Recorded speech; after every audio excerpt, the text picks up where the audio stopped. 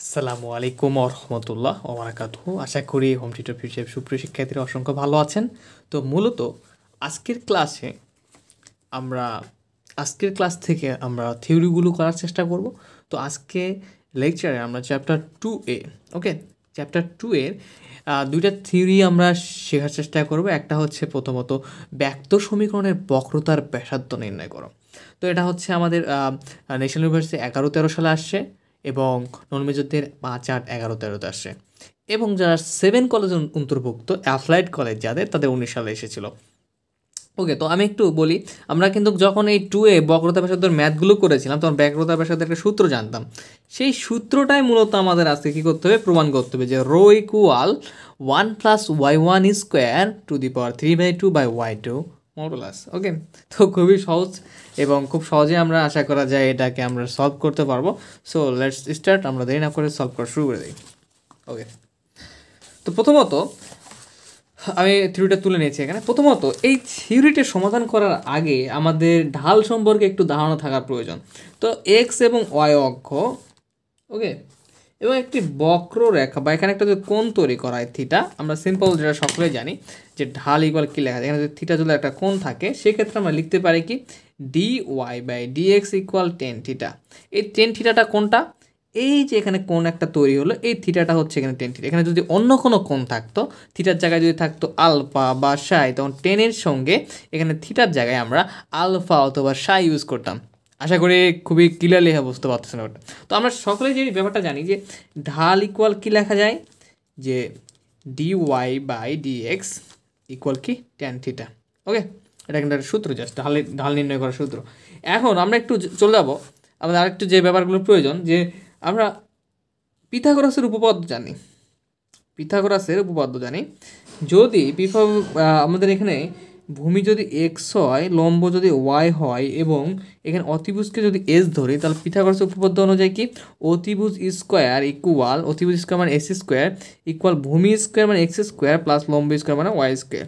ওকে, তো এই পিথাগোরাসের উপপাদ্যটাকে আমরা অন্যভাবে একটু চিন্তা করতে পারি। এগুলো আমি এখন বোঝাচ্ছি কারণ আমরা যখন থিওরিটা করব, এই থিওরি করতে গিয়ে আমাদের এই পয়েন্টগুলো প্রয়োজন। ওকে, তো এখন আমরা একটু দেখার চেষ্টা করি। যখন এই যে লম্ব কিংবা হচ্ছে এরপরে আমাদের এখানে আছে কি, সরি মিস্টেকে, এর ভূমি এবং এখানে কি আছে আমাদের দেখতে পাচ্ছি অতিভুজ, ঠিক আছে। এগুলো তো ক্ষুদ্র অংশ পরিমাণের জন্য আমাদের আসলে, বা বক্র যদি হয়ে যায়, এই ত্রিভুজটার আকারটা যদি বক্র হয়ে যায়, ঠিক আছে, বক্র হয়ে গেলে এখানে একটা বৃত্ত তৈরি হয়, যেটা বক্রতা সম্পর্কে আমি ডিটেলস আলোচনা করেছিলাম। তখন মূলত আমরা কীভাবে লেখার চেষ্টা করব, এখানে এস, এখানে এক্স, এখানে ওয়াই থাকলো সমস্যা নেই, এখানে এক্স, এখানে ওয়াই, এস, জাস্ট এটা কি বক্র, একটা ত্রিভুজ, বাট এটা বক্র আকার ধারণ করেছে। সেক্ষেত্রে আমাদের এস স্কোয়ারের সামনে একটা ডি দিতে হবে, মানে ক্ষুদ্র পরিমাণের জন্য, যেটাকে আমরা অন্তরীকরণ পরে বলি। এরপর d x square plus d Y square লিখতে পারি।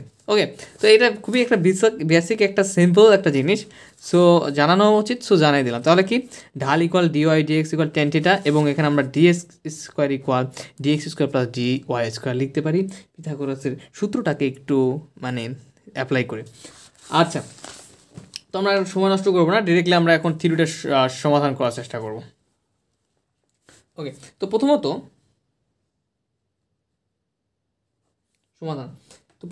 মনে করি আমাদের প্রতিটা থিওরি বা যে কোনো কিছু সলভ করতে গেলে কিছু অংশ লিখতে হয় কথায় বর্ণনামূলক, সেটা লেখার চেষ্টা করতেছি, বুঝে দিচ্ছি।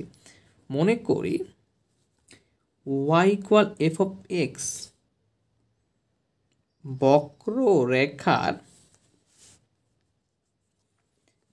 এক্স ও ওয়াই বিন্দুতে, ঠিক আছে, কি এক্স ওয়াই বিন্দুতে অঙ্কিত স্পর্শক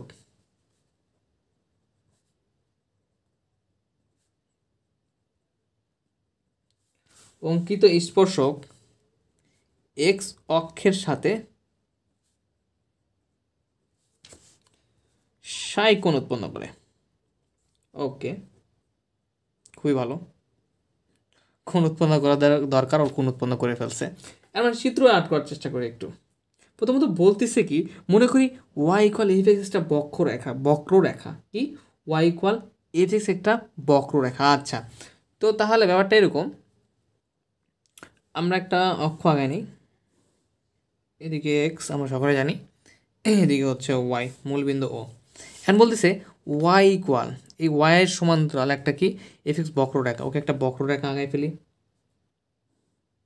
এই বক্রটা কি, এই বক্ররেখাটা হচ্ছে আমাদের এখানে y equal F of x, এবং এখানে কি বক্ররেখা এক্স ওয়াই বিন্দুতে অঙ্কিত স্পর্শক। তো সাপোজ মনে করি এখানে একটা পি আমাদের বিন্দু আছে, বিন্দুতে অঙ্কিত স্পর্শক, ঠিক আছে।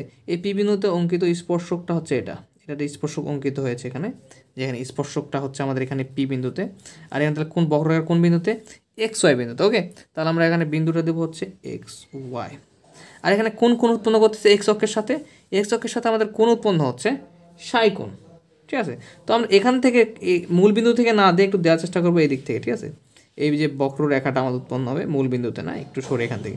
তো এখানে আমাদের কোণ হচ্ছে সাই কোণ। আচ্ছা, তাহলে কি হলো, ওয়াই ইকুয়াল এফ এক্স একটা বক্ররেখা আর্ট করলাম, যেটা হচ্ছে পি, যেখানে হচ্ছে স্পর্শকটা কোথায়, এক্স ওয়াই বিন্দুতে, এক্স অক্ষের সাথে কতক্ষণ সাই কোণ উৎপন্ন করতেছে। তো আবারও বলি, মূল বিন্দুতে আমরা এই বক্ররেখাটা দিব না, একটু সাইডে সরে থেকে একটু দূর থেকে দেবো, ঠিক আছে। তাহলে চিত্রটা ক্লিয়ার আপনাদের। এখন আমরা এখন আমরা ক্লিয়ার করি বাকি যে ক্যালকুলেশনগুলো আছে, খুব ইজি, কোনো প্যারা হবে না আশা করি। তো অতএব আমরা একটু আগে দেখলাম যে ঢাল ইকুয়াল কি জানি, dy dx equal tan theta, কিন্তু এখানে থিটা কোনটা কি আছে, সাই, তার মানে আমাদের সাই ইউজ করতে হবে, ঠিক আছে। এটাকে আমরা 1 নম্বর সমীকরণ দেব। এরপরে এই 1 নংকে আমরা এক্সের সাপেক্ষে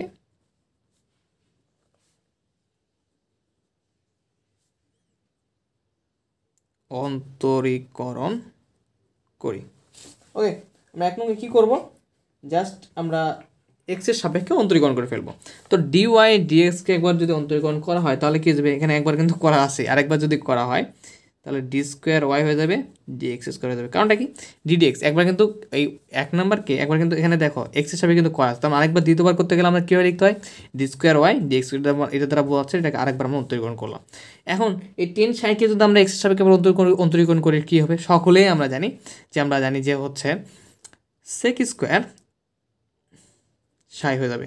কিন্তু একে তো আমরা এক্সের সাপেক্ষে অন্তরীকরণ করছি, কিন্তু এখানে আছে আমাদের কি চলক হিসেবে সাই, তাহলে এই সাই তো মূল এক্স না, তার মানে এই সাইকে আবার আমাদের কি করতে হবে, এক্সের সাপেক্ষে অন্তরীকরণ করতে হবে। খুবই কিন্তু ইজি, অন্তরীকরণের ব্যবহারগুলো কিন্তু আশা করি ইতিমধ্যে সকলের ক্লিয়ার যে কীভাবে করতে হয়, কারণ ইতিমধ্যে আমরা যেগুলো হাই লেভেলের ক্লাসগুলো, অ্যাডভান্স লেভেলের ক্লাসগুলো শেষ করে আসছি। ওকে, তো 10 সাইকে এক্স হিসাবে অন্তরীকরণ করলাম, আমরা জানি 10 এক্সকে অন্তরীকরণ করলাম সেক স্কয়ার এক্স, কিন্তু এখানে সাই আছে, সো সাই ইউজ করলাম, সাই তো মূল এক্স না, যেহেতু এক্সের সাপেক্ষে করতেছি, সো সাইকে আমরা আরও একবার এক্সের সাপেক্ষে অন্তরীকরণ করে ফেললাম, চেন রুলের যে রুলসটা আর কি। এখন আমরা কী করবো, এখানে জাস্ট সেক স্কোয়ার সাই, আমরা এখানে এই ডি সাইটাকে রেখে দিলাম। ওকে, এখানে একটা ইন্টু দিয়ে এই ডিএক্সটাকে সরে নিলাম, একটু ডিভাইড আছে, কেন সরে নিলাম, কারণ আমরা এখানে অন্য একটা আমরা জিনিস ইউজ করবো, ডিএস। ওকে, কী করলাম, যা ডি সাই ডিএক্সটা ছিল সেটি আমি রাখলাম, জাস্ট এক্সট্রা ডিএস নিলাম। তো ডিএস তো এক্সট্রা হঠাৎ করে নিতে পারবো না, জাস্ট লব এবং হর উভয় পক্ষে নিয়েছি, যাতে আমরা কী করতে হয়, কেটে গিয়ে আগের লাইনটা আবার কি বেক পাই, ঠিক আছে। তো ডি সাইয়ের সঙ্গে আমরা নিলাম ডিএসটা, আর ডিএসের সঙ্গে আর ডিএসের সঙ্গে ডিএক্স, কেটে গেলে আগের লাইন আসবে, বা এই জিনিসটা মানে কিন্তু এটা বোঝাচ্ছে। সো আমরা একটু জাস্ট সাজায় লিখলাম D psi by DS by DX. Okay, কারণটা হচ্ছে আমরা এই দুটার মান বের করবো, একটু পরে মান পাবো, সেই মানগুলো বসায় দিলে আমরা যে বক্রতার যে আমাদের ব্যাসার্ধের সূত্রটা আছে সেটা পেয়ে যাবো, ঠিক আছে। তো এখানে এসটা হচ্ছে এই সাইটা এস লেখার কারণ হুট করে তো আসবে না, এস লেখার কারণটা হচ্ছে এই সাইয়ের যে আমাদের মানে থিটাটা সেটা এসের উপরে ডিপেন্ডেন্ট, ঠিক আছে। আচ্ছা, তাহলে এখন আমরা লিখতে পারি এখানে 2 নম্বর সমীকরণ, এটা আমরা জানি কি জানি, বক্রতার ব্যাসার্ধ স্বকীয় সমীকরণ, মেবি হ্যাঁ স্বকীয় সমীকরণের ক্ষেত্রে আমি দেখেছিলাম যে বক্রতার ব্যাসার্ধ ইকুয়াল কী লেখা যায়, ডিএস বাই ডি সাই, তাই না। তো সেটা লিখলাম, বা আমরা যদি এখানে একটা কাজ করে দিই, যদি বিপরীতকরণ করি, তাহলে রো এর নিচে গেছে 1টাকে উপরে দিলাম, তাহলে 1 বাই রো হয়ে গেল, তখন কী হয়ে যাবে, ডি সাইটা উপরে চলে যাবে আর ডিএসটা নিচে চলে আসবে, ঠিক আছে। জাস্ট উল্টাই দিলাম আর কি।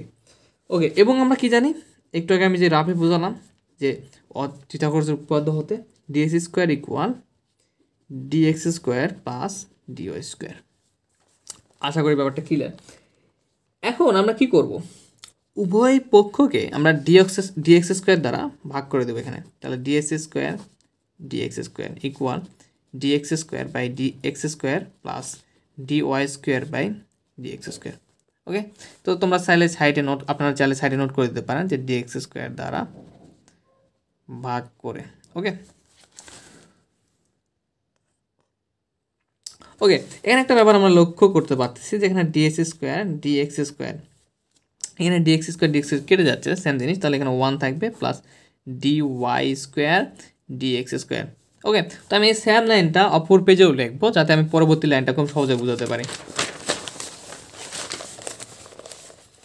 তাহলে আমাদের এখানে আসতেছে ডিএক্স স্কোয়ার ইকুয়াল 1 প্লাস, তাই না, এরকমই ছিল তো, D Y square D x square.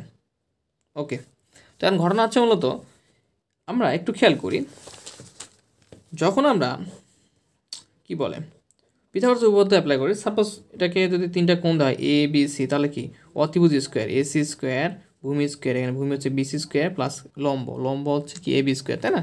তো এখানে সির উপরে স্কোয়ার দেওয়া মানে কিন্তু এমন না যে এর উপরে স্কোয়ার নেই, এই পুরাটার উপরে কিন্তু স্কোয়ার দেওয়া আছে, ঠিক আছে। এখানে বি সি এর উপরে স্কোয়ার দেওয়া মানে কিন্তু এমন না যে বি এর উপরে নেই, বি সি পুরাটার উপরে আছে, কারণ পুরাটা মিলে কি ভূমি। তেমনি এখানে যেমন ডিএস স্কোয়ার আছে, এমন না যে ডি এর উপরে স্কোয়ার নাই, এটা যেহেতু আমরা পিথাগোরাসের সূত্রটা অ্যাপ্লাই করে আনতেছি, সো এখানে কিন্তু ডি এর উপর আছে, তার মানে ডিএস এর উপরে একদম স্কোয়ার আছে, ঠিক আছে। তো এখানে ডিএক্স এর উপরে স্কোয়ার, এমন না যে শুধু এক্স এর উপরে স্কোয়ার আছে, ডি সহকারে এক্স এর উপরে কিন্তু স্কোয়ার। সো আমরা এটাকে সুন্দরভাবে এবার লিখবো যে ডিএস বাই ডিএক্স এর উপরে হলো স্কোয়ার একবারে, কারণ এই প্রত্যেকটার উপরে স্কোয়ার আছে, সো আমরা একবারে লিখতে পারি, প্রতিটা লব এবং হরের উপরে একবার স্কোয়ার দিয়ে নিলাম 1 প্লাস, তাহলে এটাকে আমরা সেমভাবে লিখতে পারি ডি ওয়াই স্কোয়ারের উপরে ডিএক্স স্কোয়ারের উপরে স্কোয়ার থাকা মানে পুরাটার উপরে থাকা, তাহলে ডি ওয়াই ডিএক্স হলো স্কোয়ার। তো আশা করি ক্লাসটা এনজয় করেছেন। আপনারা যারা পেইড ক্লাস করেন, কোনো প্রবলেম হলে অবশ্যই জানাবেন। এখন পর্যন্ত কেউ কোনো প্রবলেম ফেস করেন নাই কিনা জানি না। যারা রেগুলার ক্লাস করবেন অবশ্যই নিজেরাও ট্রাই করবেন এক্সট্রা কিছু ম্যাথ করার, যাতে কোনো প্রবলেম ফেস হলে আমাকে জানাতে পারেন। এখন আমরা দেখার চেষ্টা করি, এখানে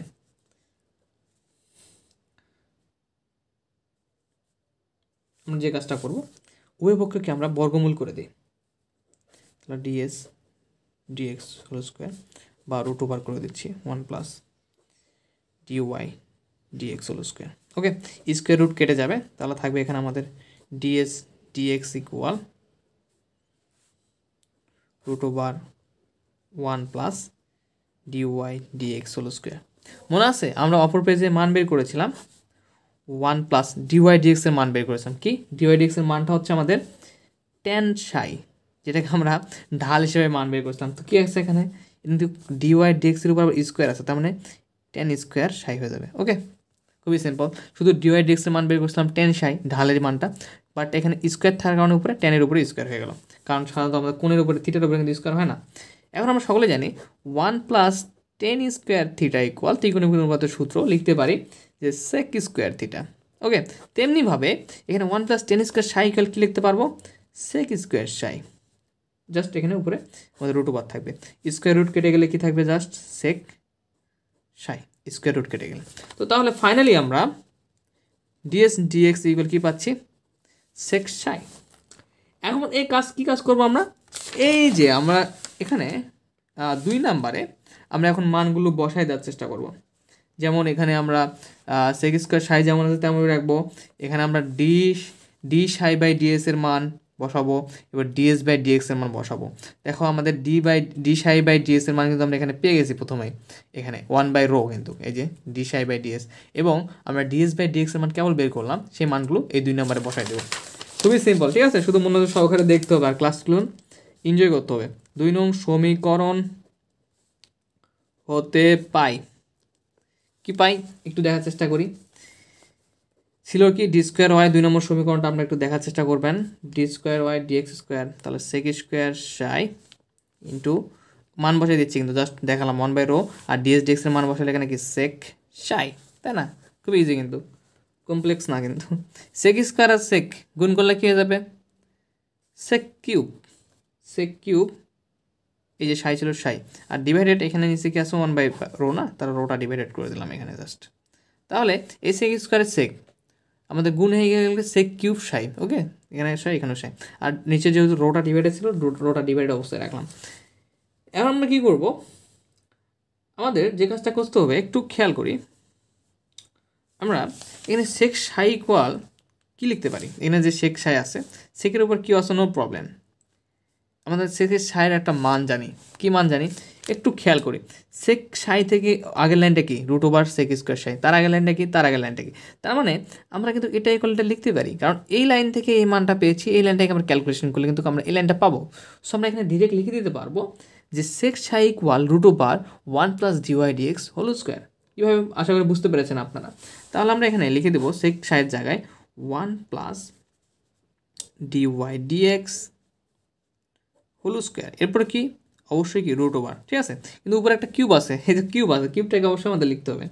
এখানে আমরা একটু কী করবো এখন, এই যে উপরে কিউবটা আছে কিউবটা দিয়ে দেবো, ওকে, জাস্ট সেক সাইয়ের মানটা বসালাম, এরপর কিউবটা ছিল কিউবটা দিয়ে দিলাম, নিচে কি রো, ওকে, আই হোপ আন্ডারস্ট্যান্ড। তো ফাইনালি এখন আমরা যেটা করব, আমরা মূলত √ মানে কি জানি, হাফ, তাই না, পাওয়ার পাওয়ার হাফটাই কিন্তু এখানে √ হিসেবে কাজ করে। তো আমরা এটার উপরে যদি পাওয়ার হাফ দিই, একটু আমি দেখানোর চেষ্টা করি, এটার উপরে যদি আমরা এখন পাওয়ার হাফটা দিই, তাহলে এই হাফটা এই পাওয়ার 3 সঙ্গে কী হবে, গুণ অবস্থায় থাকবে, ঠিক আছে। তো যদি গুণ অবস্থায় থাকে তাহলে কী হয়ে যাবে, এখানে 3 × 1 সঙ্গে গুণ হয়ে 3/2 হয়ে যাবে। আশা করি বোঝাতে পেরেছি ব্যাপারটা, ওকে। আমি সিম্পলভাবে বোঝানোর চেষ্টা করলাম, √ যদি পাওয়ার হিসেবে উপরে লেখা যায়, যেমন √x ইকুয়াল কী লেখা যায়, এক্সের উপর পাওয়ার হাফ, তার মানে এটা যদি এক্স মনে করি তাহলে উপরে √ আছে, √ কিন্তু উপরে পাওয়ার হাফ হিসেবে চলে যাবে, ওই হাফটা তখন এই 3 কিউব পাওয়ারটা আছে, কিউবের 3 সঙ্গে গুণ হয়ে 3/2 হয়ে যাবে। ব্যাপারটা আমি অপর পেজে আরও এক্সপ্লেন করে দেখাচ্ছি, ওকে। এখানে দেখার চেষ্টা করি আমরা এখন যে এখানে √টা আমরা এখন কী করে দেবো, পাওয়ার করে দেবো। আমি আরেকটু এক্সপ্লেন করার জন্য একটা লাইন বেশি করতেছি, dy/dx হোল স্কোয়ার। তো পাওয়ারটা কি, √টা এখানে পাওয়ার হাফ হয়ে গেল, আরেকটা পাওয়ার ছিল 3 1 সঙ্গে গুণ হয়ে 3/2 হয়ে যাবে, ঠিক আছে, রো। তাহলে আমরা কী করে লিখতেছিলাম, এটা d² y/dx² ইকুয়াল, তাহলে এখানে আমরা কী লিখতে পারবো এখন, এই 3টা 1 সঙ্গে গুণে 3/2 হয়ে যাবে, তাহলে এখানে 1 + dy/dx whole square to the power 3/2, okay. এবং নিচে কি রো। প্রায় আমরা শেষের দিকে চলে আসছি। এখন সিম্পল একটা বেসিক জানা প্রয়োজন, একবার অন্তরীকরণ করলে আমরা ওয়াইকে কীভাবে প্রকাশ করতাম, dy/dx, এক্সের সাপেক্ষে একবার ওয়াইকে অন্তরীকরণ করলে আমরা অনেক সময় y1 দ্বারা প্রকাশ করতাম, তাই না।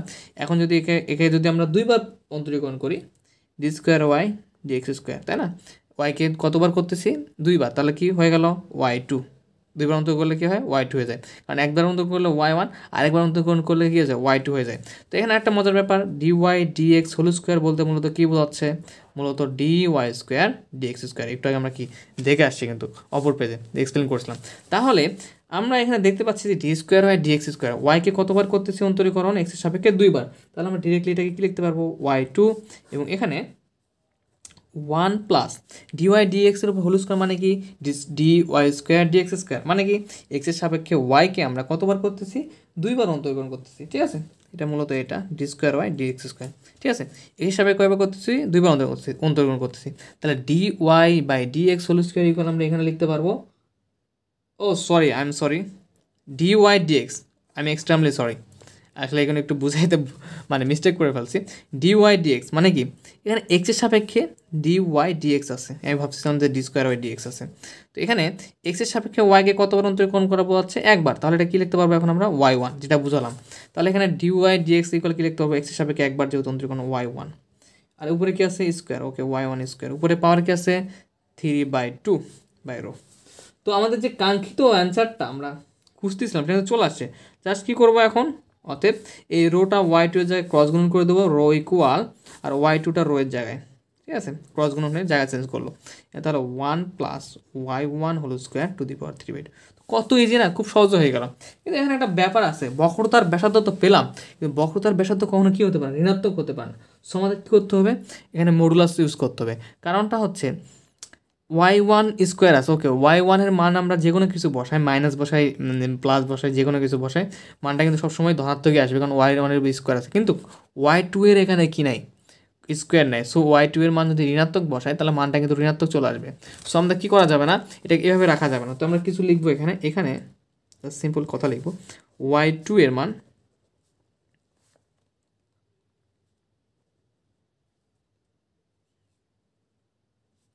ঋণাত্মক, সুন্দর করে আপনারা লিখে নেবেন, হলে বক্রতার ব্যাসার্ধ কী হয়ে যায়, ঋণাত্মক হয়ে যাবে। হয়, কিন্তু কি বক্রতার ব্যাসার্ধ কখনো ঋণাত্মক হওয়া যাবে না। y2 এর মান ধনাত্মক বা পজিটিভ হলে বক্রতার ব্যাসার্ধ কী হয়, ধনাত্মক হবে। আমাদের এটাই প্রয়োজন, ধনাত্মক হয়। তাহলে আমাদের কি ধনাত্মক মানটাই প্রয়োজন। তাহলে কী করা যাবে না, y2টাকে কখনোই ঋণাত্মক হতে দেওয়া যাবে না। কখন দেওয়া যাবে না, যখন আমরা এখানে মডুলাস করে দেবো তখন মডুলাসের মান কিন্তু কখনোই ঋণাত্মক হয় না। কিন্তু বক্রতার ব্যাসার্ধ ঋণাত্মক হতে পারে না। সুতরাং বক্রতার ব্যাসার্ধ রো ইকুয়াল আমরা লিখতে পারবো যে modulus 1 plus y1 square to the power 3/2/y2। এখন আন্ডারস্ট্যান্ড ক্লিয়ার যে কেন আমরা মডুলাস ব্যবহার করলাম, মূলত মডুলাস ব্যবহার করি অঙ্কেও। কারণটা হচ্ছে কি, সরি এটা রো ইকুয়াল না, রো ইকুয়াল। তো কারণটা হচ্ছে কি, যাতে এই বক্রতা ব্যাসার্ধের মানটা ঋণাত্মক না আসে, কারণ ব্যাসার্ধের মান আমরা কখনোই ঋণাত্মক গ্রহণযোগ্য না। তো আশা করি বুঝতে পেরেছেন আজকের ক্লাসটি আপনারা। তো আমরা দেখি আরেকটা থিওরি সলভ করার চেষ্টা করি। ওকে, এখন যে আমরা থিওরিটা করার চেষ্টা করবো সেটা হচ্ছে যে কার্তেশীয় সমীকরণের ক্ষেত্রে যে বক্রতার কেন্দ্র নির্ণয় করতে হয় আমাদেরকে, ঠিক আছে, সেটা কত চ্যাপ্টার 2-এ।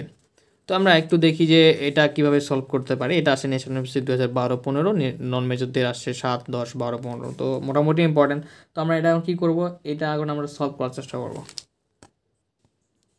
তো মূলত বক্রতার কেন্দ্রের যে নির্ণয় যে থিওরিটা আছে, সূত্রটা আমরা পাই, যেটা আমরা মূলত সকলেই অঙ্ক করার ক্ষেত্রে ব্যবহার করে থাকি, সেই সূত্রটা কীভাবে আসলো সেই থিওরিটা এক্সাম্পল এখন আমরা সলভ করতে ট্রাই করবো, ঠিক আছে। তো প্রতিটা থিওরি লেখার আগে কিছু আমাদের বর্ণনামূলক অংশ লিখতে হয়, সেটা লিখে ফেলি। তো সমাধান, ওকে। তো মনে করি y = f(x) বক্ররেখার উপরস্থ pxy বিন্দুতে বক্রতার কেন্দ্র c বিন্দুতে আলফা বিটা। ওকে, তো মূলত এটা তারা কী বোঝাচ্ছে একটু আমি বোঝানোর চেষ্টা করি চিত্র 8 করে। তো এখানে আমাদের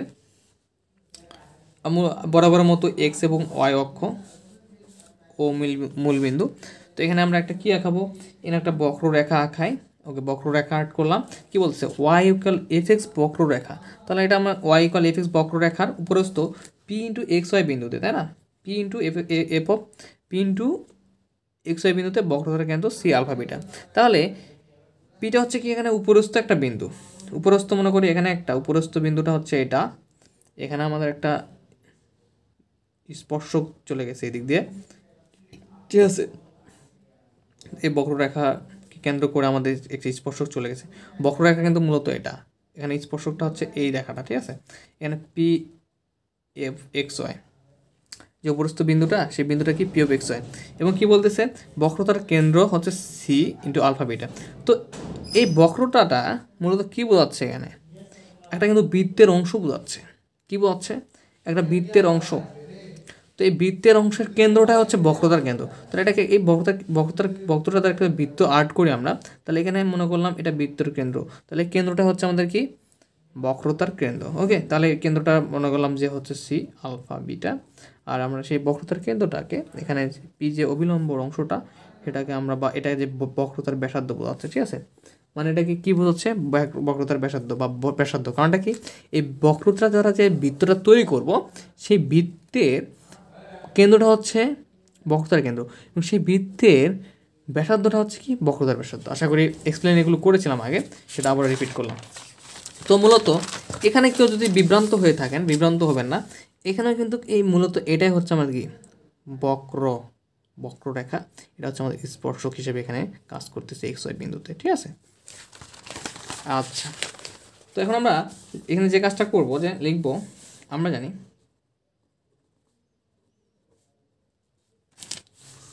কেন্দ্র, এই যে কেন্দ্র সি হতে পি বিন্দুর দূরত্ব ইকুয়াল বক্রতার ব্যাসার্ধ। আমরা কি জানি, যেটা সকলে এটা জেনে রাখবেন, যে আমরা জানি এই সি হতে পি বিন্দুতে যে দূরত্ব, পি বিন্দু পর্যন্ত দূরত্ব, সেটা হচ্ছে বক্রতার ব্যাসার্ধ। কেন, কেন্দ্র সি হতে পি বিন্দু দূরত্বটা কি দেখি, এই যে বক্ররেখার তো এই সরি আগাতে আগাতে অনেক বোল্ড হয়ে গেছে, এই বক্ররেখার যে ব্যাসার্ধটা, সাপোজ আমি একটু এক্সপ্লেন করি, সাপোজ এটা একটা বক্ররেখা, তো এই বক্ররেখার কেন্দ্র কোনটা বললাম, যেটা হচ্ছে বক্ররেখাকে কেন্দ্র করে যে বৃত্তটা তৈরি হতো, বক্ররেখাটা মূলত একটা বৃত্তের অংশ হয়, তো সেটাই হচ্ছে কি এই বক্রতার কেন্দ্র। তাহলে এই পি বিন্দু যদি এটা হয়, এখান থেকে এই কেন্দ্র পর্যন্ত যে দূরত্বটা, দেখি বৃত্তের যে ব্যাসার্ধ সেটাই তো পুরোটা মিলে ব্যাস, তার মানে এটাকে আমরা কী লিখতে পারি, সি থেকে পি পর্যন্ত যে বিন্দু পর্যন্ত যে দূরত্বটা, সেটা হচ্ছে কি আমাদের বক্রতার ব্যাসার্ধ। সো আমরা এই সি হতে পি পর্যন্ত যে দূরত্বটা আমাদের, সেটা কি বক্রতার ব্যাসার্ধ হিসেবে লিখতে পারি। ওকে, তাহলে এখানে আমরা লিখতে পারি সি থেকে পি পর্যন্ত দূরত্ব মানে পিসি। ওকে, পিসি দ্বারা বোঝাচ্ছে কি দূরত্ব, এবং বক্রতার ব্যাসার্ধকে আমরা কী দ্বারা প্রকাশ করি, রো দ্বারা। এখানে একটু জিনিস এখন এক্সপ্লেন করতে হবে আমাকে। তো আমরা সাপোজ একটা রেখা, এটা এ বিন্দু, এটা বি বিন্দু, এবং এখানে আমাদের বিন্দুগুলো দেওয়া আছে x1 y1, এখানে দেওয়া আছে এ বি বিন্দুতে x2 y2। তাহলে এই দুইটা বিন্দু যদি আমাদের বলে যে দূরত্ব নির্ণয় করতে, তাহলে কীভাবে নির্ণয় করতে হয়, বলে এ এবং বি বিন্দু কি দূরত্ব নির্ণয় করতে। তাহলে এই প্রথম অক্ষ মাইনাস এই প্রথম অক্ষ, প্রথম বিন্দু, দ্বিতীয় বিন্দু মাইনাস দ্বিতীয় বিন্দু, রুট ওভার স্কোয়ার, এভাবে root over x1 minus x2 whole square plus y1 minus y2 whole square, ঠিক আছে। তো তেমনিভাবে এখানে যদি আমরা পিসি এর ক্ষেত্রে দেখি, পিসি এর ক্ষেত্রে যদি দেখার চেষ্টা করি, তাহলে এখানে আমাদের সি বিন্দুর হচ্ছে বিন্দুগুলো হচ্ছে এখানে আলফা বেটা, তাই না, এবং পি বিন্দুর বিন্দু হচ্ছে এক্স ওয়াই। এখন এই দুইটা বিন্দুর ক্ষেত্রে যদি এখন আমরা দূরত্ব নির্ণয় করতে যাই, পি এবং সি, পি প্রথমত এখানে পি এক্স ওয়াই, এখানে সি হচ্ছে আলফা বিটা, তাহলে কীরকম দাঁড়াবে, তাহলে সেম প্রথম এক্স মাইনাস থেকে এক্স মাইনাস হচ্ছে এখানে এক্স ওয়ানের জায়গায় জাস্ট বসবে কি এক্স ওয়াই, যেটা ছিল বিন্দুগুলান পি এর ক্ষেত্রে, এবং এক্স টু এর জায়গায় বসবে এটা কি এক্স টু এর জায়গায় এখানে আলফা, তাহলে এক্স মাইনাস আলফা এবং ওয়াই মাইনাস বিটা। আশা করি বুঝাতে পেরেছি, জাস্ট আমরা বিন্দুগুলো চেঞ্জ হয়ে গেছে, দূরত্বের যে সূত্রটা সেটা কিন্তু সেম। ওকে, তাহলে পিসি আমরা দূরত্বের সূত্রটা লিখতে পারবো, রুট ওভার পি বিন্দুর প্রথম বিন্দু এক্স, সি বিন্দুর প্রথম বিন্দুটা হচ্ছে alpha whole square plus p বিন্দু দ্বিতীয় বিন্দু ওয়াই মাইনাস সি বিন্দু দ্বিতীয় বিন্দু হচ্ছে বিটা হোল স্কোয়ার, কত ইজি তাই না। এবং এটা যেহেতু আমরা কার্তেশীয় ক্ষেত্রে আমরা এটা কেন্দ্র বের করা ট্রাই করতেছি, সো এখানে বক্রতার ব্যাসার্ধের জায়গায় রইকল আমরা যে কার্তীয় সমীকরণের ক্ষেত্রে যে বক্রতার ব্যাসার্ধ সূত্রটা অ্যাপ্লাই করি সেটা বসাবো, 1 plus y1 whole square to the power 3/2 by y2, কত ইজি তাই না। এখন সিম্পল উভয়পক্ষে আমরা বর্গমূল করে ফেলবো, তাহলে এখানে বর্গমূল না করে আমরা জাস্ট এরকমই রাখি, জাস্ট একটা কাজ করতে পারি আমরা চাইলে যে আচ্ছা উভয়পক্ষে বর্গই করি। যদি উভয়পক্ষে বর্গ করা হয় তাহলে কি এখানে একটা স্কোয়ার এখানে একটা স্কোয়ার চলে আসবে, স্কোয়ার রুট কেটে যাবে, কিন্তু বর্গ বললাম, আমি জাস্ট এটা বলতেছি না, জাস্ট দেখাই দিচ্ছি, বা আমি আচ্ছা করে দিই, root over x minus alpha whole square plus Y minus beta whole square, ঠিক আছে, বর্গ দিয়ে দিলাম, উভয়কে বর্গ করবো, 1 plus y1 whole square to the power 3/2 by y2 whole square, ঠিক আছে।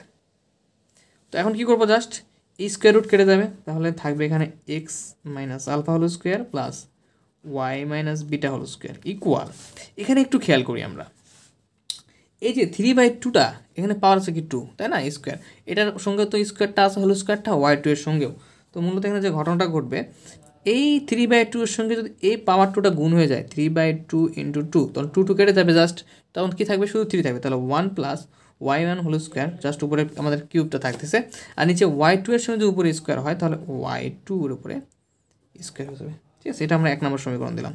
তো মূলত তাহলে কী দাঁড়ালো, এখানে x minus alpha whole square plus Y minus beta whole square equal 1 plus y1 whole square square to the power 3 by y2 square. এটা আমরা 1 নম্বর সমীকরণ দিয়ে ফেললাম। ঠিক আছে, এখন আমরা যে কাজটা করব, এটা জাস্ট সমীকরণটা মনে রাখেন কীভাবে আসলো, আশা করি ক্লিয়ার আপনাদের। এখন আমরা যে কাজটা করব, যে অবিলম্ব, এই যে পি অফ এক্স ওয়াই বিন্দু আছে, এই বিন্দু থেকে যে অবিলম্বটা আমাদের, এটা কিন্তু অবিলম্ব বলে। এই পি এক্স ওয়াই থেকে একটা চলে গেছে সি বিন্দুতে, এটা কিন্তু আমাদের আবার অবিলম্ব বলে। তো এখানে আমরা অবিলম্বের আমাদের যে সূত্রটা আছে সেই সূত্রটা লেখার ট্রাই করব। ওকে, আবার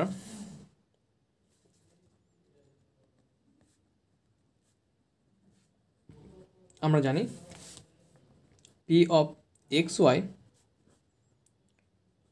বিন্দুতে অভিলম্বের সমীকরণ। ঠিক আছে, তো আমি ডিরেক্ট আগে সমীকরণটা না লিখে আপনাদের আরেকটু ভালোভাবে বোঝানোর চেষ্টা করি। তো এখানে আমাদের যদি একটা কি হয়, এখানে যদি আমাদের অবিলম্বের বিন্দুটা যদি, যে কেন্দ্রতে অভিলম্ব যে তৈরি হচ্ছে এখানে পি বিন্দু থেকে, সাপোজ এক্স ওয়াই, পি বিন্দুটা এক্স ওয়াই মনে করি, এখানে যে আমাদের বিন্দুটা তৈরি হচ্ছে অবিলম্ব যে কেন্দ্রতে মিলিত হচ্ছে, কারণ এটা অবিলম্বটা কেন কেন্দ্রতে যায় আমি একটু বলি। একটা বৃত্ত, তো এই দিকে গেল, এদিকে গেল, এদিকে গেল, অবিলম্বটা তো যে দিক দিয়ে যাক কেন্দ্র দিয়েই যেতে হবে। মূলত এই যাচ্ছে এটাকেই অবিলম্ব বলে। ঠিক আছে, এই যে দেখাটা যাচ্ছে এটাকে অবিলম্ব, কিন্তু যে দিক দিয়ে যাক ওকে কেন্দ্র দিয়ে যেতে হবে। সো আমাদের এটা অবিলম্ব সবসময় কেন্দ্র দিয়ে যায়। ঠিক আছে, তো আমরা সাধারণত এ বি যদি থাকে কেন্দ্র বিন্দুটা কি থাকে, যদি আমাদের এখানে এ বি যদি থাকে, P equal x y, okay, but আমাদের পি ইকুয়াল এক্স ওয়াই বিন্দুতে, তাই না, এক্স ওয়াই বিন্দুতে, কিন্তু এখানে আমাদের যদি কিছু না থাকে, সাপোজ আমাদের এখানে দেওয়া আছে এ বিটাই হচ্ছে আমাদের অবিলম্ব, সেক্ষেত্রে আমরা কীভাবে লিখি, এক্স মাইনাস এ, ঠিক আছে, plus Y minus B, y1 = 0, এটা হচ্ছে আমাদের অবিলম্বের সূত্র। বা আমরা আরেকটু ডিটেলস ভাবে নিয়ে চিন্তা করি, এখানে পি এর বিন্দুটা হচ্ছে এখানে এ বি এবং এক্স ওয়াই চলককে কেন্দ্র করে আমাদের কি অবিলম্বের সমীকরণটা তৈরি হচ্ছে, তাহলে সহজে বোঝাতে পারবো। ঠিক আছে, তাহলে কি হল, এক্স মাইনাস এ, যেটা আদর্শ সমীকরণ, X minus A plus Y minus B y1 = 0, এটা হচ্ছে অবিলম্বের সমীকরণ। কিন্তু এখানে বলতেছে এই বিন্দুটাই আমাদের কি বলতেছে, পি এক্স ওয়াই বিন্দুতে যাচ্ছে, মানে এ এবং বি যেটা সেই বিন্দুগুলো আমাদের হচ্ছে এক্স ওয়াই। তাহলে আমরা এখানে সূত্রটা এভাবে লিখতে হবে, এই এক্সটা লিখতে হবে বড় হাতের এক্স মাইনাস এক্স প্লাস বড় হাতের ওয়াই মাইনাস ওয়াই ছোটো হাতের ওয়াই, ঠিক আছে, ইন্টু y1 = 0। কারণটা কি একটু আমি বোঝানোর চেষ্টা করি। এখানে যদি আমার পি অফ এ বি বিন্দুতে অবিলম্বটা যায়, সেক্ষেত্রে আমাদের সূত্রটা হচ্ছে এক্স এবং ওয়াই অক্ষের জন্য, চিত্রটা পুরোটা আগায়নি, সেক্ষেত্রে x minus A Y minus B y1, তাহলে আমাদের বিন্দুটাই হচ্ছে এক্স ওয়াই।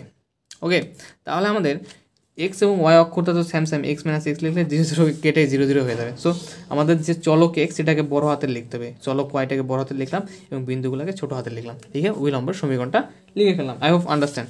এখন আমরা কী করবো, এখানে এক্স ওয়াই বিন্দুর জন্য যে আমাদের অবিলম্ব সমীকরণ সেটা লিখে ফেলি, x minus x plus Y minus y into y1 = 0, এটাকে আমরা 2 নম্বর সমীকরণ দেবো। ঠিক আছে, এখন আমরা এই যে সমীকরণটা, এই 2 নম্বর সমীকরণটা সিদ্ধ করার চেষ্টা করব। এই যে এক্স এবং ওয়াই চলক দেখতে পাচ্ছি, এখানে আলফা বিটা যেটা কেন্দ্র সেটা বসানোর চেষ্টা করব। তাহলে আমরা লিখবো এখানে, যেহেতু বক্রতার কেন্দ্র অবিলম্বের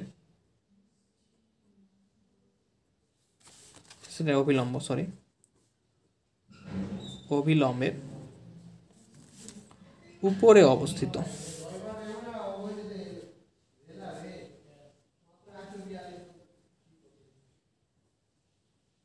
সেহেতু বক্রতার কেন্দ্র আলফা বিটা দ্বারা 2 নং সমীকরণ আমাদের কি করতে হবে, শুদ্ধ করতে হবে। 2 নং সমীকরণ সিদ্ধ হবে। একটু ব্যাপারটা বোঝানোর চেষ্টা করি। যেহেতু বক্রতার কেন্দ্র অবিলম্বের উপরে অবস্থিত, আমি বললাম যে অবিলম্বটা কোন দিকে যায়, কেন্দ্র দিয়ে যায়, সেহেতু বক্রতার কেন্দ্র যেটা আমাদের আলফা বিটা আমাদের বের করেছিলাম, আলফা বিটা সরি আমরা যে কেন্দ্র ইকাল আলফা বিটা ইকাল লিখবো, সেই কেন্দ্র ইকাল যে কেন্দ্রতে আমরা আলফা বিটা বিন্দু ধরেছিলাম, তার 2 নং যে সমীকরণটা আছে সেটাকে আমরা কী করার চেষ্টা করবো, সিদ্ধ করার চেষ্টা করবো। তাহলে যেখানে এক্স এবং ওয়াই চলক ছিল সেখানে কী হয়ে যাবে, এক্স চলকের জন্য আলফা বসাবো প্রথম বিন্দুতে, ওয়াইয়ের জন্য বিটা বসাবো, খুবই সিম্পল। তাহলে আলফা মাইনাস এক্স হয়ে যাবে প্লাস বিটা মাইনাস ওয়াই হয়ে যাবে। জাস্ট এখানে কিন্তু বসাই দিচ্ছি, ইন্টু ওয়াই ওয়ান ইকুয়াল হচ্ছে 0, ঠিক আছে। বা আলফা মাইনাস এক্স ইকুয়াল এটা যদি পার করে দিই তাহলে কী হবে, প্লাস আছে মাইনাস হয়ে যাবে, minus beta minus y y one. এখন আমরা একটু কী করবো, একটু করে নিই, এখানে মাইনাস যদি কমন না হয় তাহলে কী হয়ে যাবে, x minus alpha, minus common নিলাম তো এক্সটা পজিটিভ হয়ে গেল, এক্স মাইনাস আলফা হয়ে গেল, এখানে তাহলে থাকবে কি minus beta minus y y one. এই মাইনাস যদি কেটে যায়, ওই পাশ থেকে যদি মাইনাস ভ্যানিশ হয়ে যায় তাহলে কি থাকে, x minus alpha equal beta minus y y one. এটাকে আমরা 3 নম্বর সমীকরণ দিলাম, ঠিক আছে। তো এখন কী করবো, এই যে এক্স মাইনাস আলফা মানটা পেলাম, এটা আমরা কি করব এখন, এটাকে আমরা 1 নম্বর সমীকরণে বসানোর চেষ্টা করব। তো 1 নম্বর সমীকরণটা একটু দেখার চেষ্টা করি আমরা। এই ছিল x minus alpha whole square plus Y minus beta whole square equal 1 plus Y one square 1 plus Y one whole square to the whole cube by হচ্ছে ওয়াই টু স্কোয়ার। তো এখানে আমরা কী করবো, এক্স মাইনাস আলফা হোল স্কোয়ারের যে মানটা পেলাম সেটা বসানোর চেষ্টা করবো। তাহলে লিখবো 1 নং সমীকরণে বা 1 নং সমীকরণ হতে